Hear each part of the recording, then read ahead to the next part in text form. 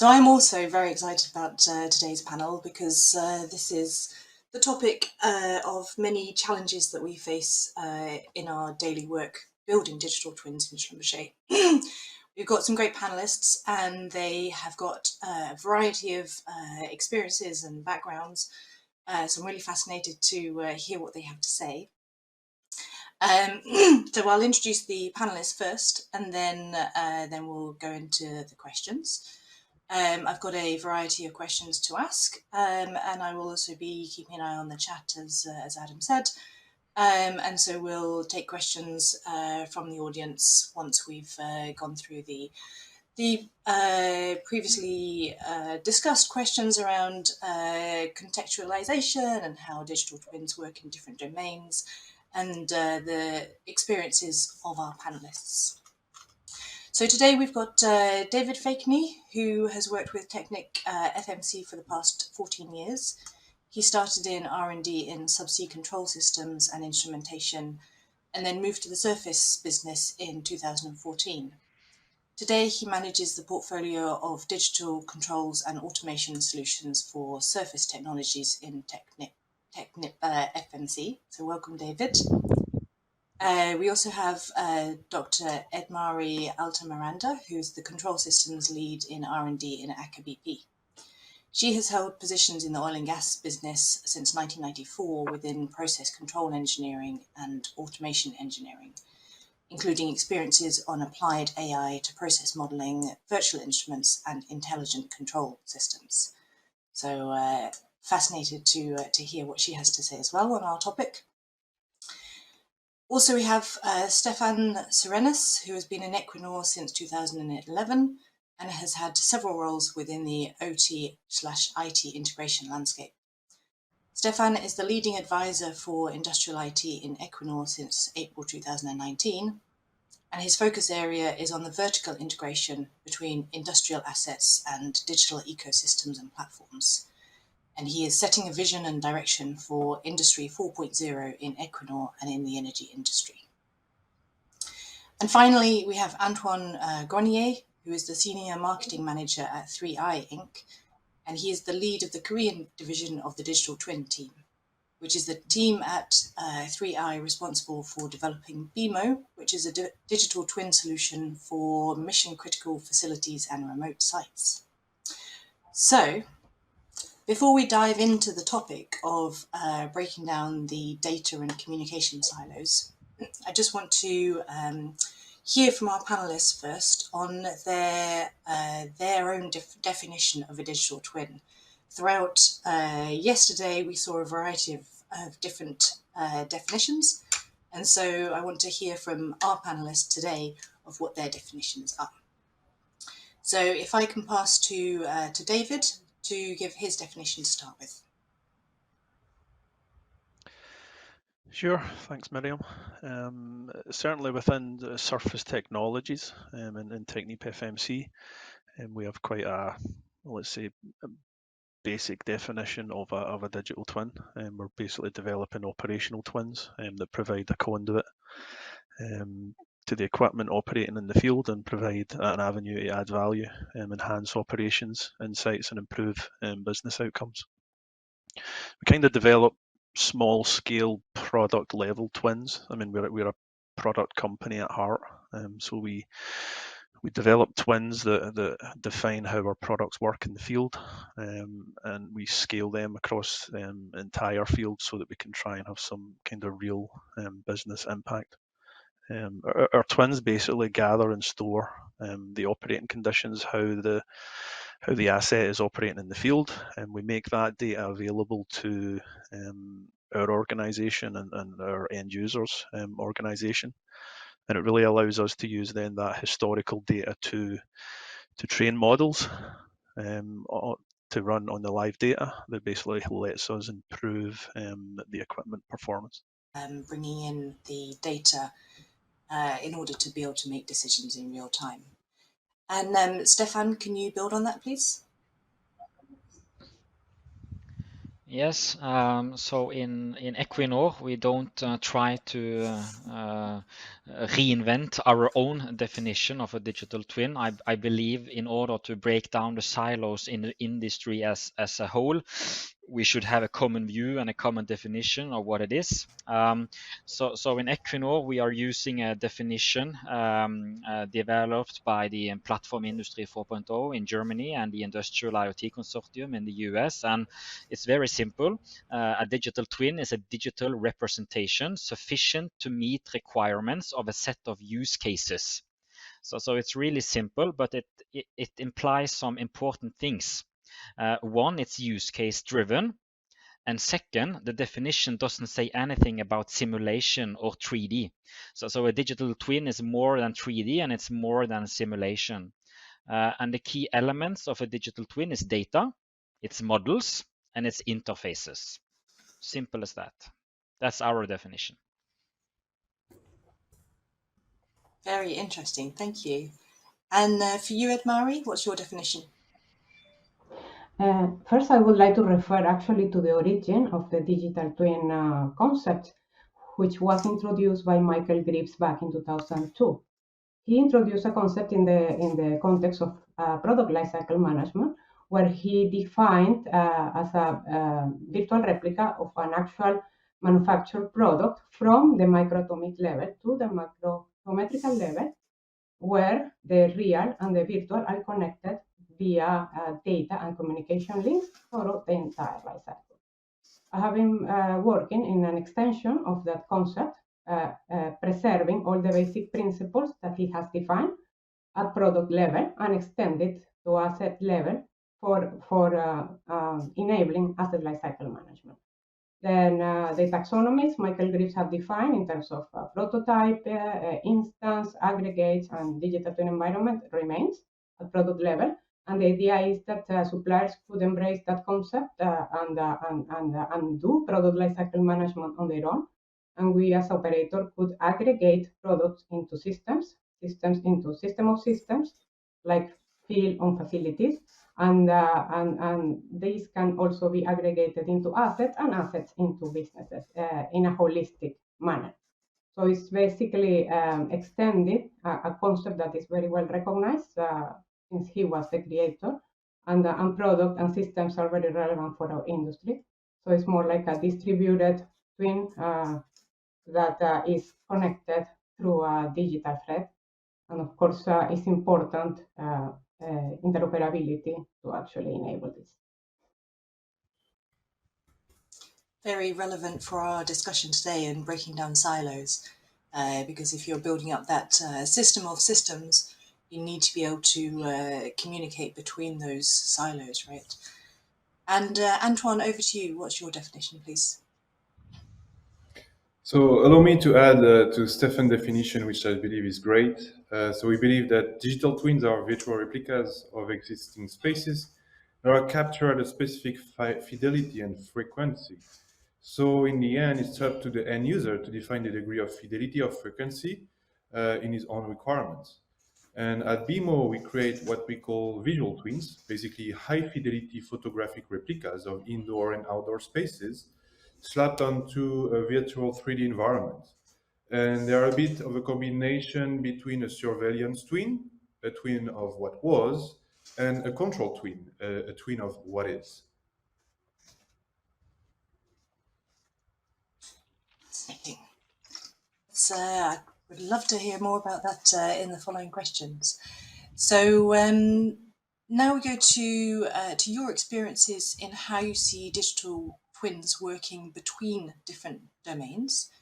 So I'm interested to know your experiences of how it is working today and what challenges exist, and what improvements do you see coming in the future to meet the challenges. So if we go to Steffan first, please. Yes, very good question. So, in my opinion, the whole digital twin landscape is today, in my opinion, quite fragmented. I think everybody have their own view on what a twin is. I see that almost all companies out there have a digital twin these days. What I do know is that we have quite many advanced systems in the industry, and all these systems, they do create a value, and they solve discipline or project or company specific needs. But I believe there is a huge untapped potential in seamlessly connecting these systems and the data they possess, not only within one company, but actually across the value chain as a whole. And we see that these systems and the data they possess, there are limited standardization. They have different definitions, different standards, and different data models between these applications, both within one company but also across companies. So I think it's challenging to both exchange and maximize the value from these data, both within Equinor, but also when we would like to work together more closely in the whole value and supply chain. But I think there is a quite high momentum at the moment in multiple industries when it comes to defining these standardized APIs with common definitions, that I think is crucial to break down these silos and create a seamless connectivity. I think the technology is there, so this is not a technology challenge in my opinion. The challenge is to get an agreement between enough companies and people, sit down and agree, and then reduce the time to market. So when we have agreed, we need to get this out in the products. So that's the key going forward, I think. And David, would you like to build on that, please? Yeah, I mean, I agree with Steffan's comment that there's lots of solutions out there, lots of people trying to play in this market. For us, we are, traditionally an equipment vendor, and we're trying to find a space in the environment where, the challenges we face is that we've got a wide range of customers. So we've got, customers like Equinor and AkerBP who are very mature in terms of their digital journey. And we also have a range of other customers who really have not even started any sort of digital transformation. Coupled with that, sometimes our scope of supply changes. So we can, in some projects, we can supply piecemeal flow meters all the way up to delivering full production systems. So we know that we need to be kind of flexible in the environment and add value where we can, based on the experience that we've got of our products. So our twin technology, we deploy a part that goes at the edge on the equipment, and then a part that goes in the cloud. And at the edge, we try and be as agnostic as we can, and we use software modules running on industry standard hardware that talks lots of different industry protocols, just so that we can apply that technology both in brownfield and greenfield environments, making sure that customers don't need to completely rip out any existing infrastructure they've got. They can just augment what they already have with new digital capability. And then in the cloud, we also try and be as agnostic as possible, so that we can run on different public cloud services, and we can run on private cloud services within our customers' environments, and then also deliver an on-premise type solution as well, where customers maybe don't want their data actually going anywhere near the cloud, I guess. And those product twins that I kind of touched on at the start, we want to be able to engineer those once and then deploy many times, so that we reduce the overall cost of these kinds of solutions. factor into that as well, you know, you've got these larger scale data platforms that are gathering data from lots of different assets and big, huge production systems. And we know that we need to play in that space as well, where, you know, we need to interface through standard APIs to get access to the data coming off of our equipment and be able to take that data, process it, and then inject it back into the customer's environment so that we can still provide them insights and support and those kind of things. So I think in the future it is going to, I think, as Steffan touched on as well, you know, the standardization piece and how we all kind of work together and make sure we're not all reinventing the wheel every single time we try and implement a new function or a new product is really important to reduce the workload for everybody, I guess, in the industry. And I wonder what you think to Steffan's point that it is not just a technology challenge, but a people and a culture challenge as well. Yeah, I mean, certainly it's trying to gain internal support for deploying and even developing some of these solutions is not always easy. We've always got to try and understand where can we as a company bring value in this kind of space, and that's why we've tried to distill down and stay away from large scale digital twins, specifically in surface, and be able to just try and concentrate in the areas where we have expertise, we have knowledge, we know how our products are supposed to perform in the field, and we just want to be able to improve the experience of our customers using our products, I guess. But getting support from people inside the organization is crucial to make sure that we can deliver on those promises. Thank you. And Antoine, I wonder from your point of view, how do you see digital twins working between different domains, and what is your take on the cross-industrialization and also those challenges that David and Steffan have mentioned? So I will be mostly speaking about digital twin of assets, the asset that being like a building or any physical space, really. And at Beamo, we have seen digital twin being used in a growing range of industries. So now if you have a space, you might need a digital twin. Whether it's a static asset like a refinery, data center, factory, construction site, or even entire neighborhoods or cities, or even mobile assets like drill ships, rigs, plane, train, etc. But they are also a perfect cross-departmental solution. Every team can have their own virtual space, access, and content while being able to share information together. So technicians, engineer, project or facility manager, third-party contractors, or even your favorite clients. But the challenge we have seen beyond the marvel of the digital twin is actually for the end user to move beyond the POC phase. So I'm thinking about the challenge of scalability. When you have spent months sourcing and creating this spotless digital twin interface, how do you apply the same recipe to 10, 100, or 1,000 sites? How do you apply this recipe to sites that are completely different from your test site? And how do you involve users from other departments into creating and using digital twins, just like Steffan told right just before. And one we've seen recently as a great improvement is that digital twins are becoming more and more DIY, do-it-yourself, and user-friendly. So in fact, for the majority of industrial projects, you don't need a third-party service provider anymore that would create a digital twin for you.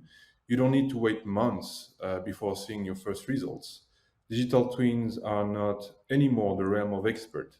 You can create digital twin very simply using 360 cameras or even a smartphone from the site and use it for a growing range of application and use cases.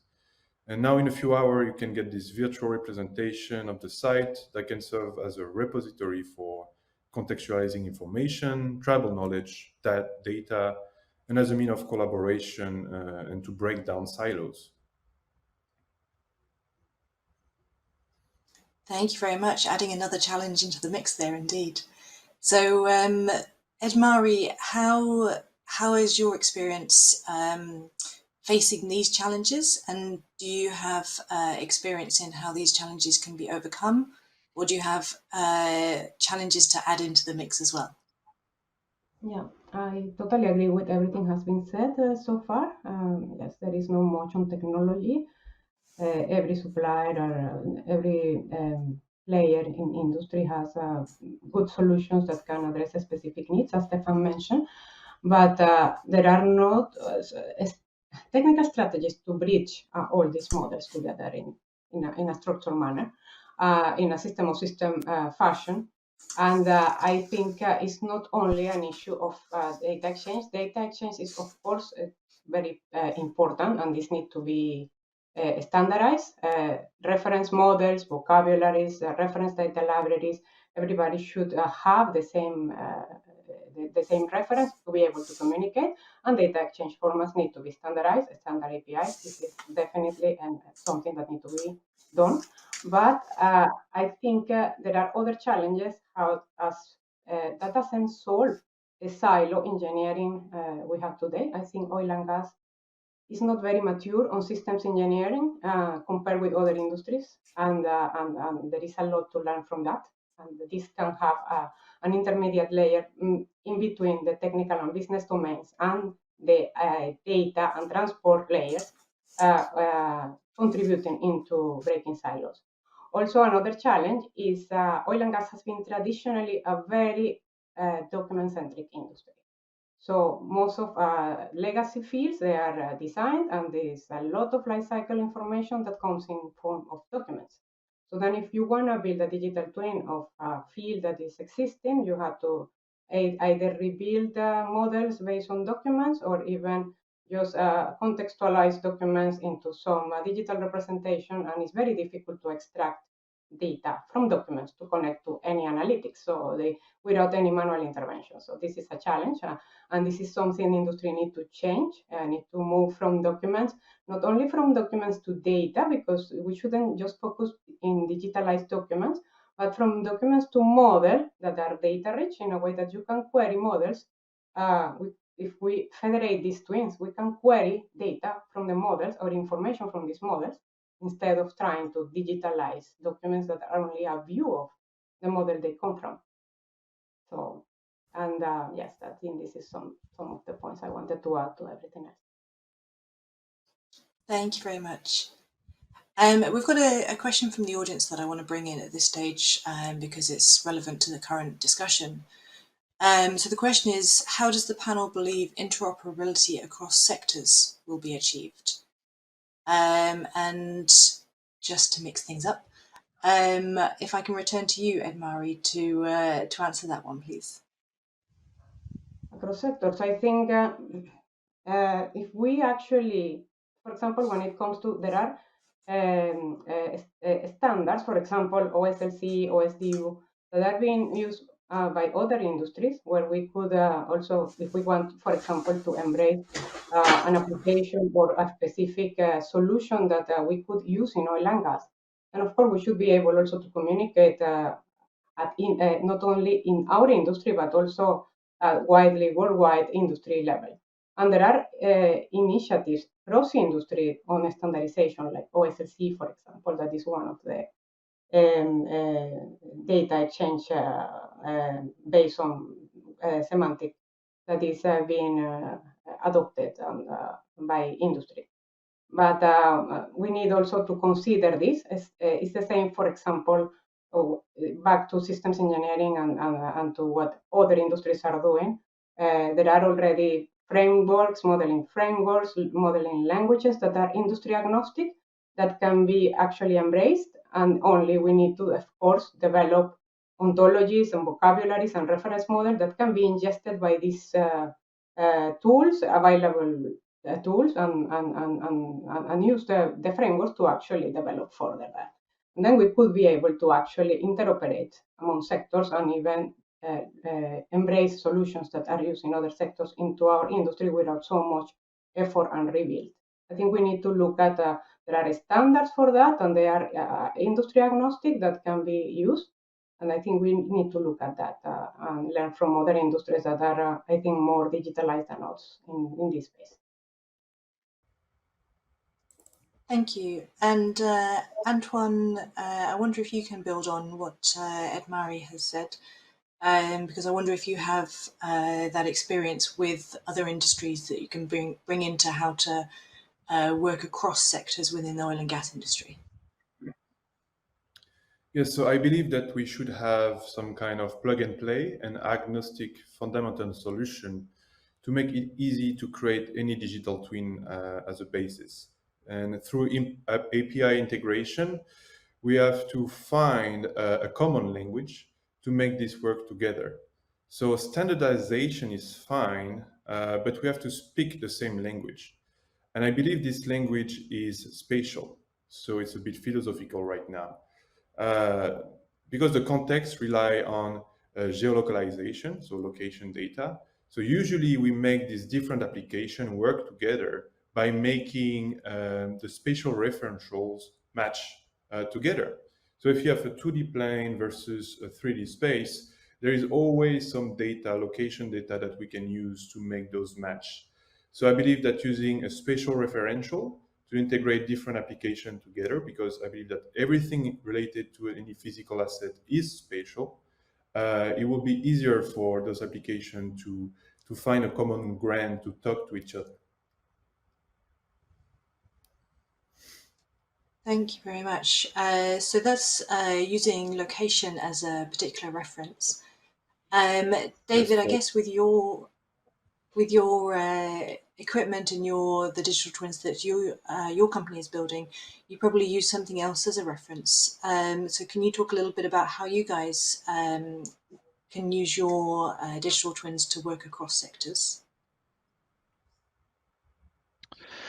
Yeah, I mean, I guess in terms of the different sectors, there's probably lots of lessons learned, lots of pain that they have already went through, and taking this kind of digital twin technology from, small scale trials and field trials, and been able to then scale those across operations. And we certainly know in industries like the mining industry, they really struggled for a number of years to be able to, take those small trials and kind of scale them across their operations. And I'm sure we'll probably find a lot of the same challenges, I guess, in oil and gas.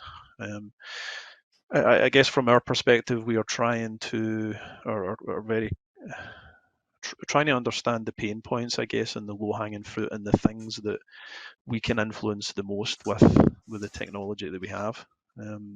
Obviously, our background is products in oil and gas, but like everyone else, we're all currently going through an energy transition. We're currently looking at then moving into probably different industry sectors and different types of products. As we all look at renewables and hydrogen and some of the other technologies that are starting to gain some traction. So I think it's a journey for everyone, and I agree with some of the comments around about making sure that we are agnostic and as standard as possible so that we can scale across the sector lines. We don't want to pigeonhole ourselves and just deliver products into one single sector. So I think having a look at the standardization, how we become more agnostic, is certainly a key thing to start investigating and looking at. Very interesting, thank you. It's definitely a theme there of agnostic and standardization, right? And Steffan, you were saying that at the beginning of this discussion, that there's this untapped potential in connecting domains, including across companies. So I wonder if you can say a little bit about how the interoperability between domains and between sectors can be achieved. Yeah, that's it's a very relevant and good question, by the way, from the audience. So interoperability is in many ways the holy grail of digital twins and industry 4.0. And interoperability is both about the ability to exchange data, but most importantly, the ability to understand each other's data correctly. So I think that's the difficult part. We do a lot of exchange of data, but it's really hard to achieve a common understanding of that data. And then kind of interoperability between what, and I see that in the industry we have to a large degree generated the information for human consumption. So the data is designed so that humans shall understand it. And I see that is still important, but we need to a larger degree make sure that the machines, the software, can also understand the data. And the approach to interoperability between humans and between machines is not necessarily the same way.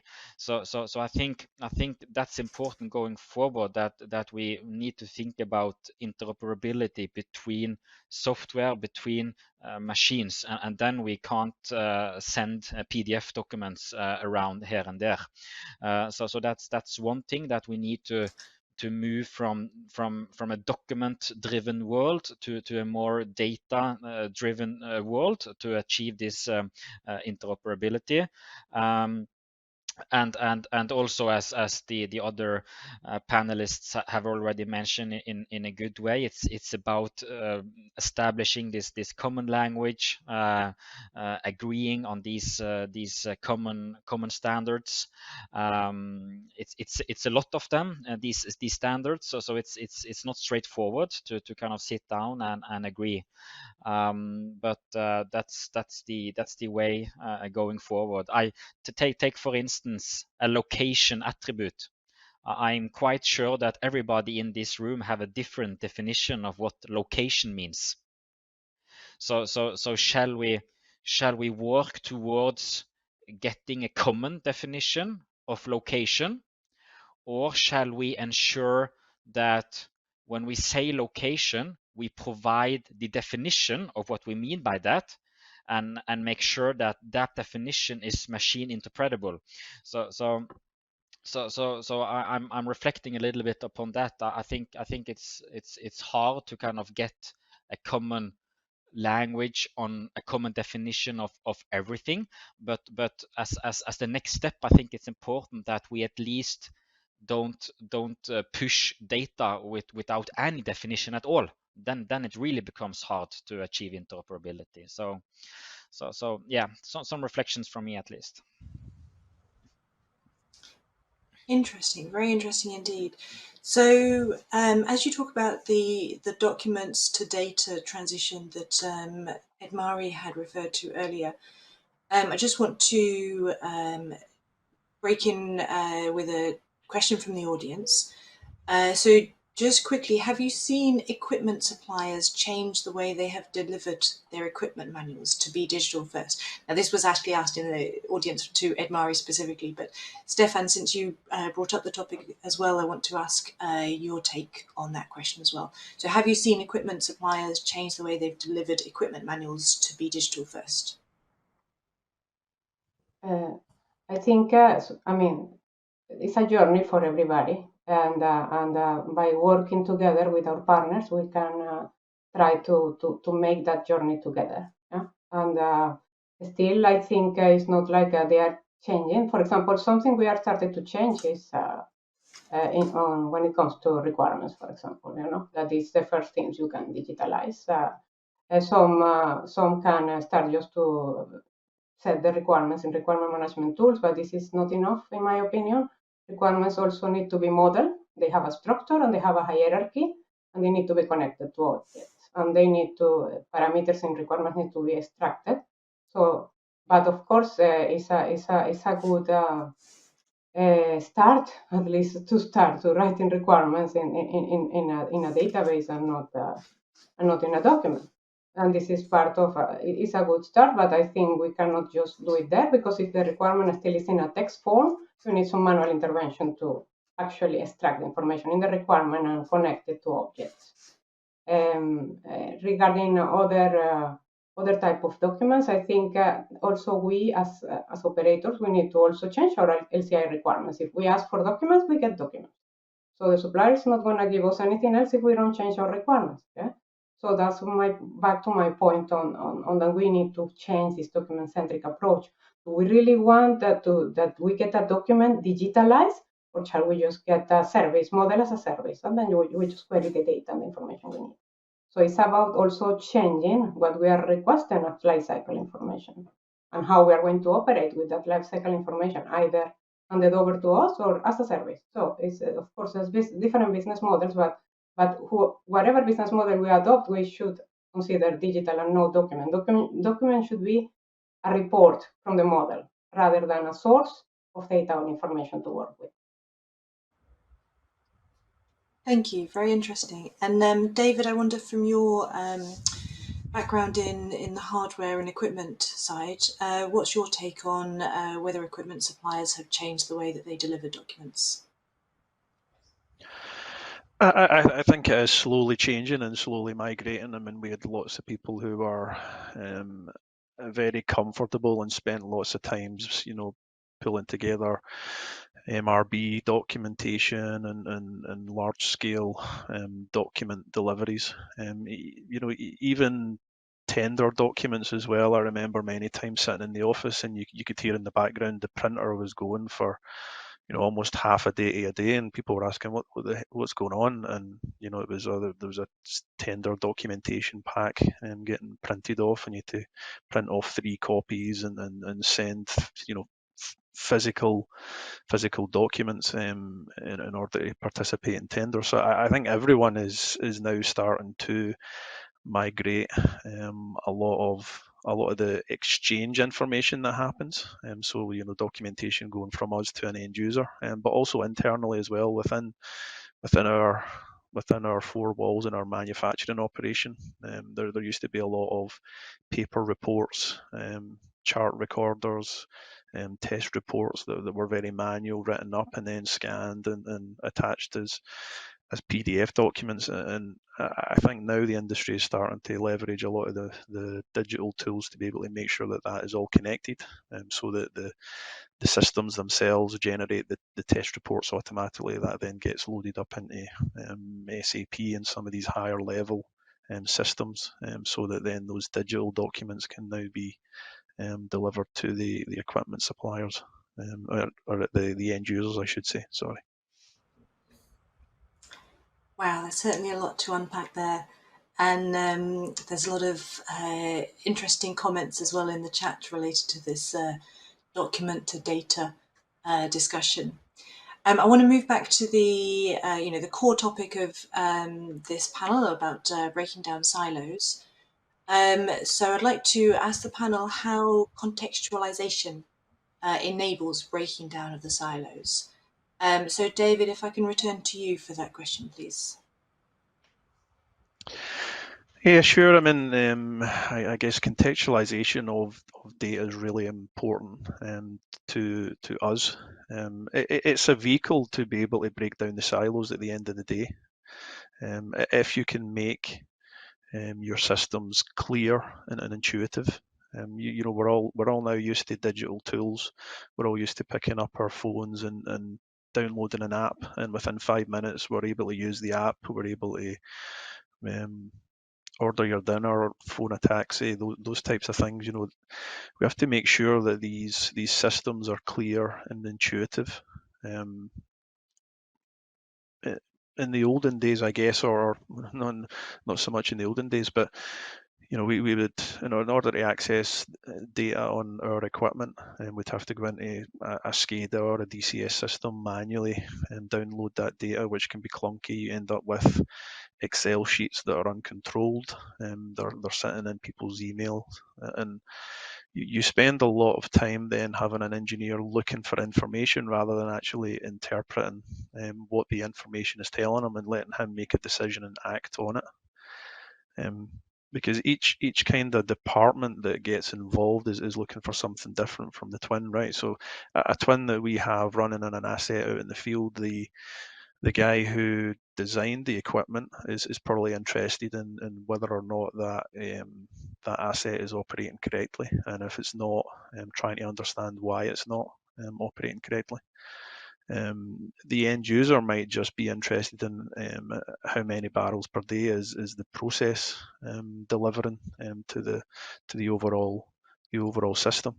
So we want to make sure that's clear, intuitive, and that we don't use any type of custom software. There's no need for guys to look through 1,000-page user manuals to start to use some of these tools. It's a 15-minute familiarization session, and the user themselves can then navigate through the tool, access the information that they need, and then use it for their own purposes, I guess.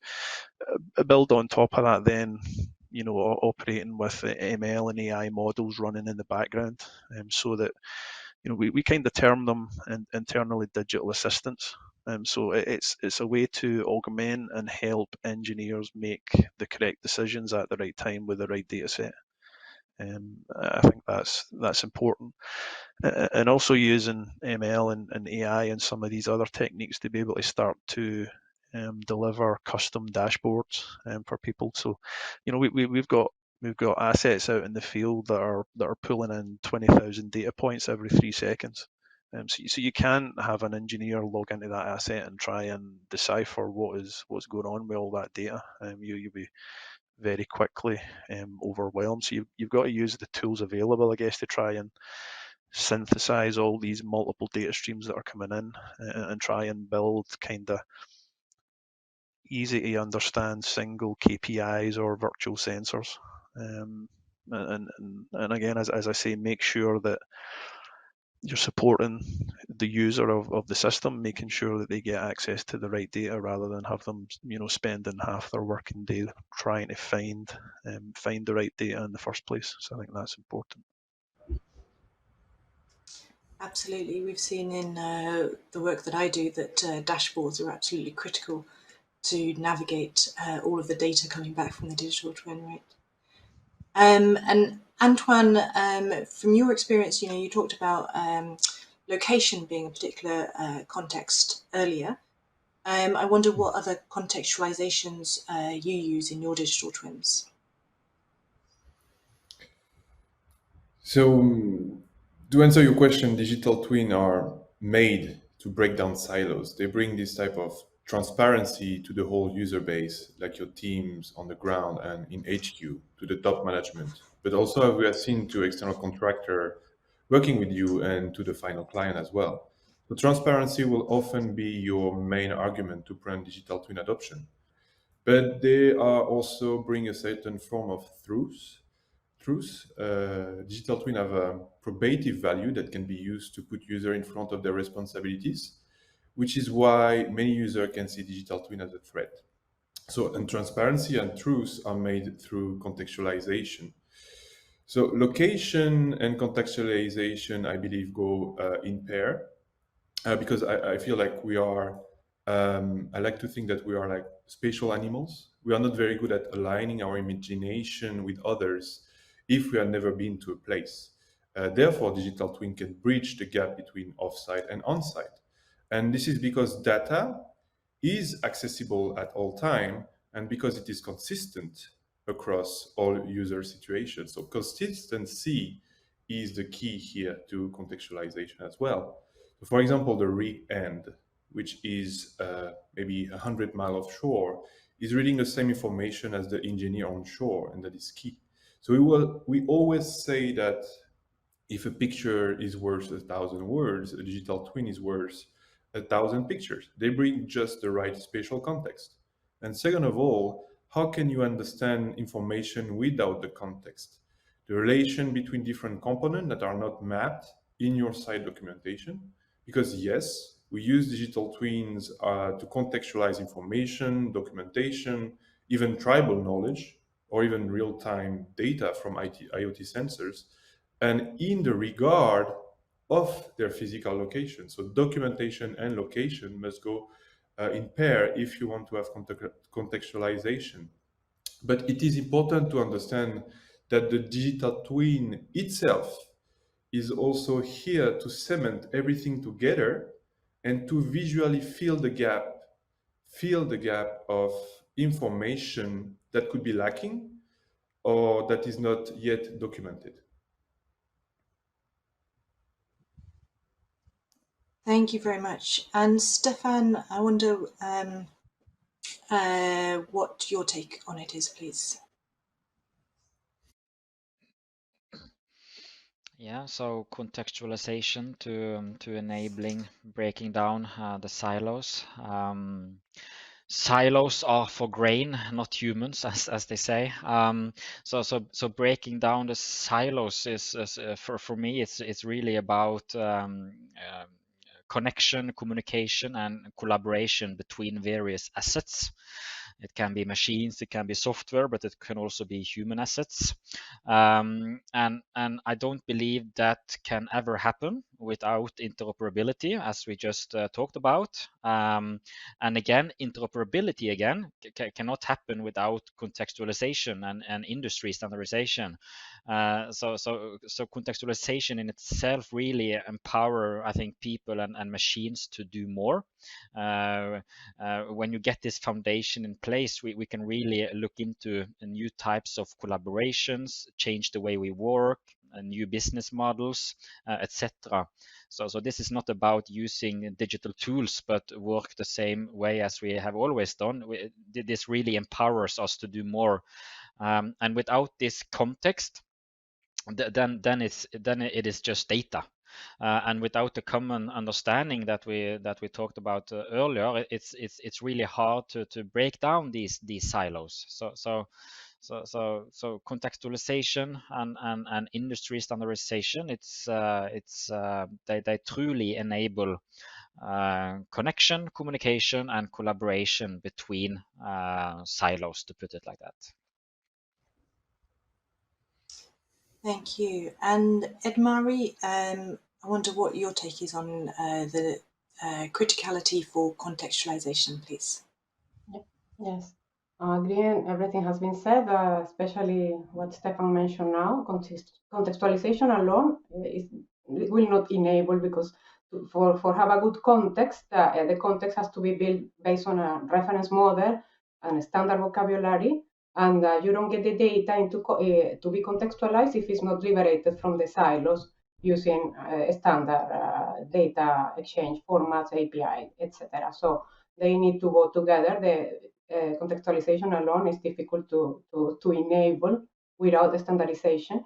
And also something I would like to add is that contextualization can happen at different levels of abstraction. You have at every technical and business domain, they have their own contextualization at their domains, and they can contextualize data and information from different disciplines that they associated to their domain. And then you can have cross-domain contextualization to actually be able to share data among domains.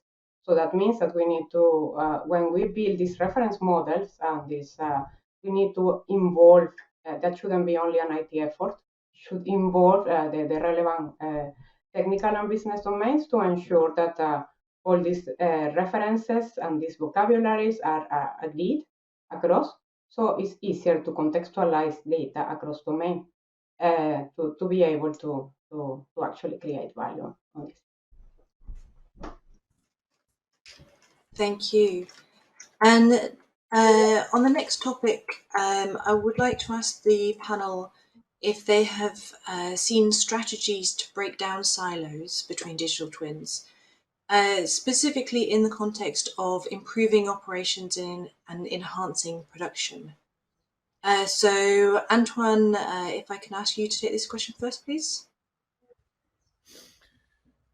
Yes, exactly. So one of our main practical example we had would be using the digital twin as what we call a documentation continuum. So we had this use case with a Korean semiconductor manufacturer that captured its smart factory in order to break down the silos between different maintenance shifts. So before implementing the digital twin, they would have just a simple datasheet stuck next to the machine, and they could not connect the reporting workflow with their EDM, which is Enterprise Document Management System. And if the sheet of paper gets lost, the record of the maintenance is lost as well. So you have, in contrast, this smart factory plus a paper-based workflow that didn't match at all. So after the implementation of the digital twin, and especially the integration we've made with their EDM, they cannot directly consult the report on their tablet, check the update left from the previous team, because they are notified in the context of the digital twin of important incidents, task, or achievement, and they can directly upload their report for the next team, etc. So it's a daily kind of operational workflow that they've put in place to be active user of the digital twin on the ground. So everything is organized and spatially contextualized, and this manufacturer achieved a better maintenance record and continuity between the shifts. So the silos were the different shifts, and now they are well connected together because they are not operating on the same timeline. So in terms of achievements, they also saw that they could avoid stopping manufacturing process and freezing assembly lines in case of removing the incident, basically. They could avoid paper-based documentation, avoid unnecessary travel on site, and they also had a better onboarding of new recruits because of this system. So digital twin don't only help for breaking down silos between distant teams or competing teams, but also to improve the flow of information between teams that are working together on a 3/8 shift, for example. Wow, that really shows the value of breaking down the silos between the shifts, as in this context. And I wonder, David, if you have another example of how the value of breaking down the silos is in the context of improving operations and enhancing productions. Sure. So we have an example from production systems in the US where we had one digital twin running on a permanent production facility, and by using the data that we were gathering from that installation, we were able to train a different twin in order that we could calculate and estimate a parameter called reed vapor pressure. So in the US and in production environments, you have to produce oil that's got a set reed vapor pressure before you're then able to inject into the pipeline for transport. And there's no easy way to directly measure the RVP in these types of applications. It's quite often done on a sample basis, and what we found in the field was that our customers were over processing their product, so they were producing more gas out of the product. The oil was becoming drier, and then it resulted in excess gas to flare and reduced production to pipeline, basically.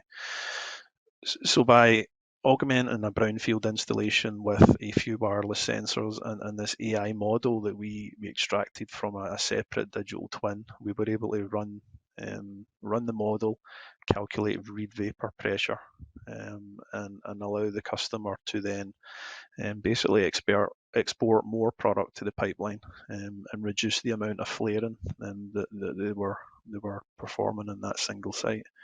So that, I think that's a good example of taking learnings from how a product is operating in one environment and using it to augment operations in another one. And a very important example indeed with relation to a panel I was on yesterday with regards to the use of digital twin for environmental concerns. So if we can use digital twins to reduce flaring, then that's one step further to achieving our net zero goals, right? Edmary, I'd like to go to you now. Do you have a specific example where breaking down silos has improved operations? We have various models at different domains that add value. It's probably difficult to choose one specifically to disclose in this. But I think regarding strategies to break in silos, it's important to summarize liberating the data from it using standardization, which we still are in the process of agreeing at the industry level. But I would prefer probably to refer to some external example. For example, NASA. They really are mastering on this. They really break the silos among disciplines, and they master on systems engineering. They master on modeling. They have a very strong modeling culture. They have defined reference models, combining available frameworks and modeling languages, agnostic. The ones are available across industries, and created own profiles to have a reference model to be able to do governance on what their engineers are doing.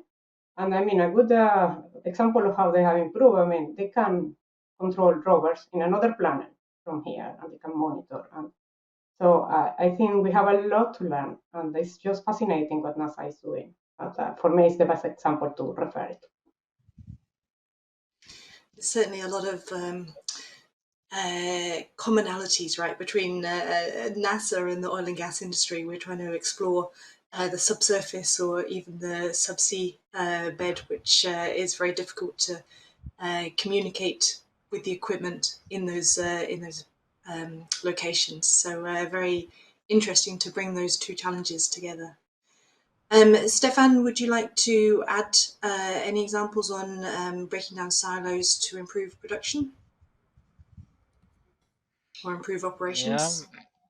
Yeah, we in Equinor, for instance, we have this this integrated operation center concept. So we have an operation center consisting of multiple disciplines sitting in the same landscape. So already there you have broken down the silos. The different disciplines belong to one operation center, and this operation center, all these subject matter experts in the various discipline, they get data across all our facilities, hundreds of thousands of sensors. So this operational data put into a context where you combine the operational data with the maintenance records, with the engineering data, with the production related data, etc. You put that into a context that the subject matter experts can understand and use, and then they will apply their know-how, their mathematical calculations and models, etc. And they use this insight to really help our facilities with more forward-looking operations. They help our facilities with the debottlenecking. They help our facilities with basically optimizing the production in a more long-term horizon, because at the facility you are really focusing on the safe and efficient operations happening here and now. But with data and engineers in this operations center, they can help the facilities with more forward-looking operations. But it's all based on data and context. It's basically digital twins. Thank you very much. Some fascinating insights from our panel here today. We're just at the end of our session here. So thank you to the audience in the chat for all the comments going on there as well. Apologies, I've not got to put all the questions asked to the panel, but I would like to just do a quick fire round to all of our panel members on what would be their key takeaways on what is required to break down silos, just in one sentence, please. So David, if we can go to you first, please. I think my key takeaway here is kind of teamwork. It's not something that one person or one company can solve in isolation. The thing I like about the digital space is that I think it brings everyone together, both the end user, the equipment supplier, and everyone else who is just trying to make life easier for everyone. So I think that's the key takeaway really there is just teamwork and working through some of these standardization efforts that I think are in front of us. Absolutely. And then Steffan, on your key takeaway, please, just 3 words, just for the sake of time. Yeah, digital twin interoperability. Simple as that. Perfect. And how about you, Antoine? I think that you need to bring your team on the ground aboard the digital twin train, because it shouldn't be just a tool for the corporate elites, but for everybody, and help the life of the technician, field engineer, and so on. So I will rely between after David on this one. Brilliant. Thank you. And Edmary? I think we should embrace agnostic standardization in a way that we can interoperate also across sectors, and that then just complement the available modeling language and frameworks with our definitions, ontologies, and in a holistic manner. So that interoperability will be achieved. Absolutely. All right. So with that, I thank all of our panel members, and I will hand back to Adam. Thank you.